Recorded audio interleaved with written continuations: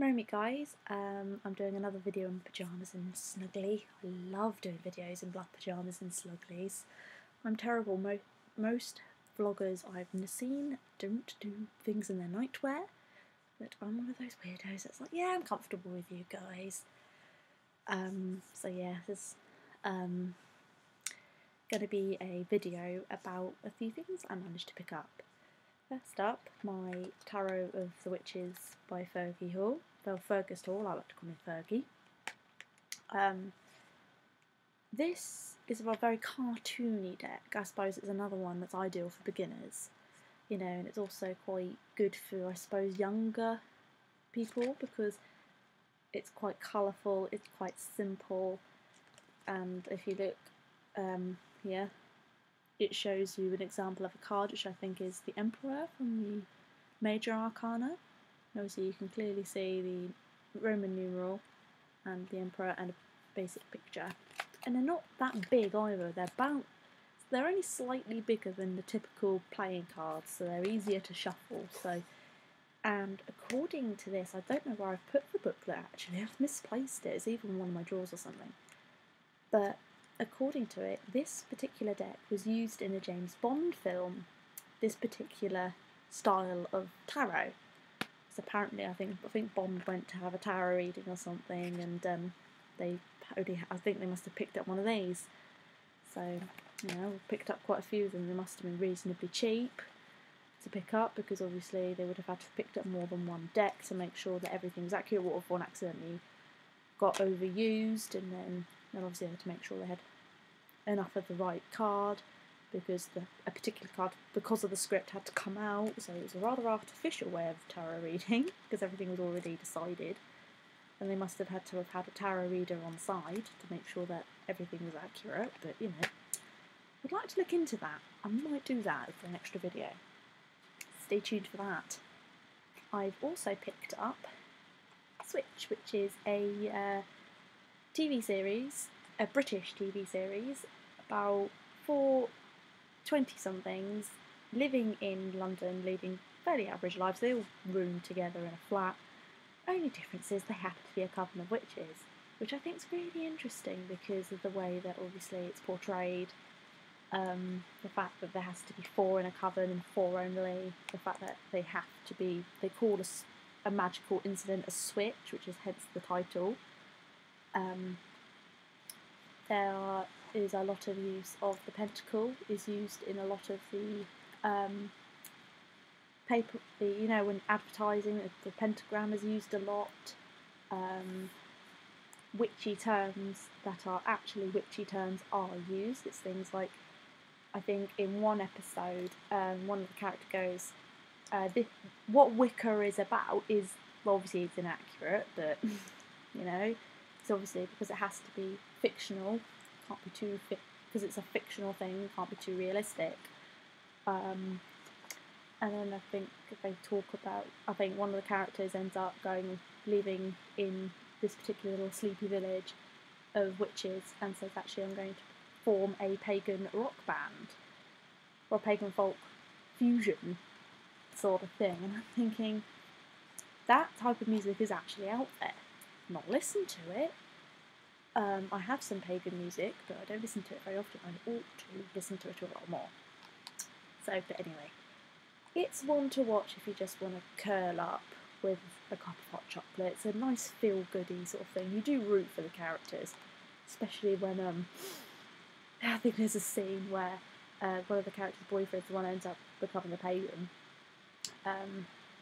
They're obviously at their solstice thing, and he leads a wee, and obviously one of the witches' mums doesn't know that he's there, so they've hidden him in a derelict caravan, which belongs to one of the other witches' parents. But anyway, I digress. He obviously goes off to find a pea, and then he sees clocks a statue, thinking it's just a tree. He goes and pees on the tree. And what's funny is that it's a sacred item. The mum obviously sees him and flips, and you literally go, oh my god, no! Like, it's just so funny. So yeah, this is a nice just little thing to watch. And actually, I've been getting... Oh, phone. Don't know who that's from. I didn't catch the whole thing, but it doesn't matter. I've got a load of books here because I've been getting into the writer Sorya. She is a older witch. She's a white witch. She identifies herself as. And I bought the other day The Witch's Companion from the Works, $2.99. Not a bad deal. And it's got loads of stuff in it. It's things like, it talks about magical tools, it talks about chakras, sabbats, circle casting, drawing down the moon, the reed, planets, numerology. You've got different types of witchcraft. You've even got some old wives' tales, and you even have written out the hand fasting ritual, which I'm going to obviously write in my Book of Shadows, obviously, because, you know. And I'm going to show Josh it and sort of say this, because he keeps joking around. He's like, oh, do you have to declare our love to the goddess or whatever? Because he does sort of have an idea, because I have sort of tried to explain to him what witchcraft and Wicca and paganism is. Obviously I want to drag him to Pagan Pride and Witchfest. I'd love to go to Witchfest in particular. I saw it on the BBC teenagers documentary called Teenage Witches, which I can't remember when it was made. It was made quite a long time ago, because one of the girls in the film, she's now in university, obviously studying for a degree, and she's actually on YouTube, which is totally awesome. She's one of my ones that inspire me. But anyway, I keep digressing, and anyway, I want to show him what hand fasting is really all about, according to Witch's Companion, which is apparently she actually had this particular hand fasting, so it is a legit one. So, okay. So yeah, the Witch's Companion, which is basically literally a companion, and it's literally, I think it's basically all my books I own in one. I've got spells and psychic powers, also by the same author. So it's basically loads of different spells about different things. It's a nice, proper thick, chunky thing. I'll put those two over there because they're getting uncomfortable on my lap. And the last one I bought is The Kitchen Witch, which is a year-round witch's brew of seasonal recipes, lotions and potions for every pagan festival. When I go to university, I would love to get into kitchen witchery. The idea that you can use food to cast good magic, or just magic in general, because it's something we all do. We all eat stuff. We could be different religions, we could be different races, we could be different orientations, wear different clothes, but we all eat. That's what we all have in common. We all eat and we all drink. And that's what kitchen witchcraft is all about, and I obviously would love to get into that. So that's all the new witchy stuff to update you guys with what I've been up to. And really, just, I will get to people with readings. I might do some readings with this deck, actually. I'll do that tomorrow. No, actually, I can't do it tomorrow because I've got rehearsals. But I'll definitely try on Saturday if Josh doesn't distract me. So, Josh, I know you actually watch these now, sometimes. You don't watch them all the way through. I should have said this at the beginning, but if you distract me, there will be hell to pay. I know I don't believe in hell, but still. You know, he's one of those that likes to, you know, when someone goes, oh, what are you doing? Oh, what does that mean? Or, oh, that's Josh.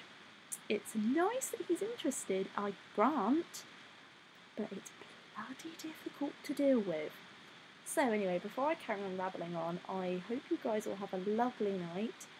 And also before I go, I didn't really talk about this very much in the last video, but I'd like to know your experiences about ritual bathing and sort of taking care of yourself for the sake of spirituality, and what you guys do. And I'll give you a shout out, you know, I'll say hi and I'll, in return, answer a question for you. I know I was supposed to do a Q&A, but I only got one question, so it was quite invalid.